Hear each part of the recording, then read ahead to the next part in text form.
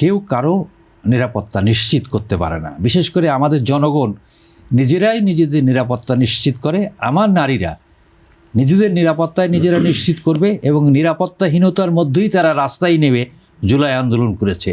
নিরাপত্তাহীনতার মধ্যেই তারা কারফুর মধ্যে বেরিয়েছে। নিরাপত্তাহীনের মধ্যেই তারা এই জামাত শিবিরের বিরুদ্ধে লড়াই করেছে। নিরাপত্তাহীনতার বিরুদ্ধেই তারা ৭১-এর মুক্তিযুদ্ধ করেছে। নিরাপত্তাহীনতার বিরুদ্ধেই এরশাদের মতো মানে স্বৈরাচারকে উৎখাত করেছে। যেমন এখানে যেটা আলোচনা হচ্ছিল যে আমাদের নারীর যে জামাতের আমির সাহেব বলেছেন নারীর ৫ ঘন্টা। আসলে জামাতটা দলটা কি বুঝতে হবে। জামাতের হচ্ছে মুখে একটা, অন্তরে একটা, বাইরে একটা।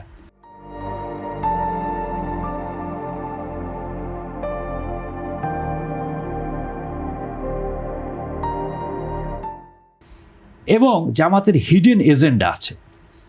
আপনি দেখেন জামাতের যে বিভিন্ন মানে পাড়া মহল্লায় যে ওয়াজ হয়, দেখবেন ওয়াজের 80% থাকে নারীর প্রতি বিশ্বদ্গার। এবং নারীর প্রতি এই শ্রেণীর এই তথাকথিত মাওলানা টুপিধারী, তথাকথিত বলছি, সব মাওলানা না, শিক্ষিত মাওলানার কথা বলছি না, মতলবী মাওলানারা, মতলববাজ মাওলানারা, মানে ধর্ম ব্যবসায়ী মাওলানারা, যারা হেলিকপ্টারে করে টাকা, গরিবের টাকা নিয়ে হেলিকপ্টারে করে বক্তৃতা করতে যায়। ইসলাম তো ব্যবসা করার জায়গা না, ওখানে যে হাজার হাজার টাকা নেয়।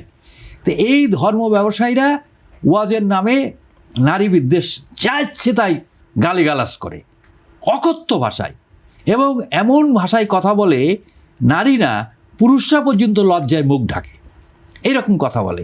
আসলে জামাতের আমিরের মধ্যে বা জামাতের মধ্যে যে হিডেন এজেন্ডাটা কি সেটা আমি খুব স্পষ্ট ভাষায় বলতে চাই যে আসলে ওরা এখানে তালেবান শাসন কায়েম করতে চায়।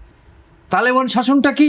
নারীকে ঘরে ঠেলে দাও, নারী কোনো কাজ করবে না, নারীর মর্যাদা না। বারবার জামাতরা বা বিভিন্নভাবে বলা হচ্ছে অনলাইন প্ল্যাটফর্মে যে জামাতের আমিরের স্ত্রী তিনি কাজ করেছেন, তার সন্তানরা লেখাপড়া শিখেছেন। এইখানেই তো সমস্যা। জামাত নিজেকে ইসলামের কথা বলে আমরা মুসলমান, আমরা ইসলাম, হ্যাঁ কোরআন হাফেজ হবে আমাদের ছেলেমেয়েরা, ওই ফেসবুকে দিয়ে দেয় মাশাআল্লাহ আলহামদুলিল্লাহ এতগুলো কোরআন হাফিজ পেয়ে গেলাম। তাদের ছেলেমেয়েদের কোথায় পড়ে জানেন? ইংল্যান্ডে, নাসারাদের দেশে।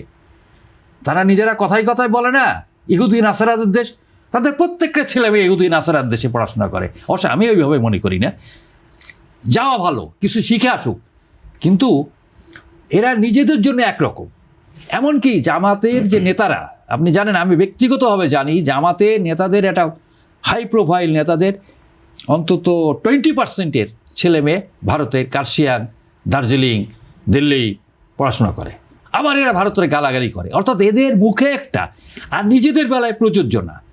ওই দেখেন, আমি একজনকে চিনতাম, সেটা হচ্ছে মাওলানা মান্নান, ইনক্লাবের মালিক ছিল, তিনিও মাওলানা, টুপিধারী মাওলানা, এবং মাওলানার নাম করে তিনি মুদারেসিনের কোটি কোটি টাকা মেরে দিয়েছেন, ইরাক থেকে টাকা নিয়ে এসেও মেরে দিয়েছেন।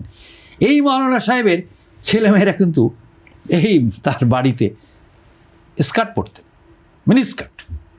অর্থাৎ এই মাওলানারা মানুষরা একরকম বলে, মানুষকে, আমার নারী সমাজকে কালো কাপড় দিয়ে ঢেকে দিতে চায়। অর্থাৎ আমার এই যে 18 কোটি জনগণ, 18 কোটি জনগণের মুখকে, 18 কোটি জনগণের 9 কোটি মুখকে কালো কাপড় দিয়ে ঢেকে দিয়ে বাদ বাকি যে 8 কোটি থাকলো তাদের হাত পা বেঁধে, হ্যাঁ, ধর্মের নামে মানে কুইনিয়ন গিলাবে।